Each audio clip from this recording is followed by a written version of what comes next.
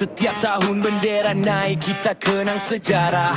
Kisah orang lama berjuang penuh darah. Mereka tak minta nama, tak mengejar pujian, cuma mahu anak cucu hidup dalam kebebasan. Merdeka itu bebas, bukan sekadar slogan.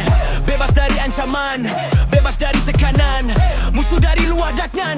Kita boleh bersedia, tapi racun dari dalam perlahan-lahan membinasakan kita. Pengkhianat tersenyum tapi menikam belakang. Demi kepentingan diri sanggup gadai perjuangan. Buang bersama musuh demi habuan yang sementara. Pak Deris juga khianat kerana kepentingan dirinya. Biar Hasan berjuang, nyawa jadi taruhan. Demi tanah air, demi bangsa, demi masa depan. Kilau berkorban tak gentar berdepan bahaya. Mereka ajar erti merdeka yang sebenar maknanya. Merdeka bukan sekadar laung di jalanan. Bebas dari segala ancaman. Musuh di luar kita boleh nampak dan lawan, tapi yang di dalam mampu runtuhkan pertahanan.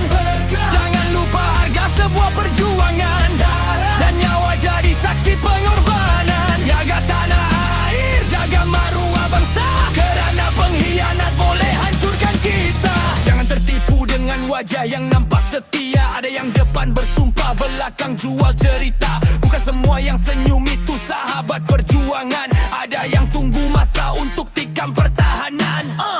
Negara tak runtuh hanya kerana serangan, kadang jatuh perlahan kerana perpecahan.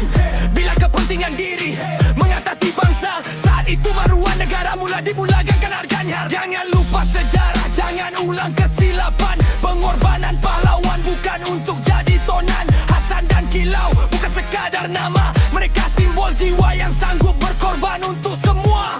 Kalau benar cinta negara, buktikan dengan tindakan, bukan hanya pos bendera bila tiba bulan kebangsaan. Bersatu pertahankan tanah, maruah dan bangsa, kerana merdeka selamanya perlu kita jaga.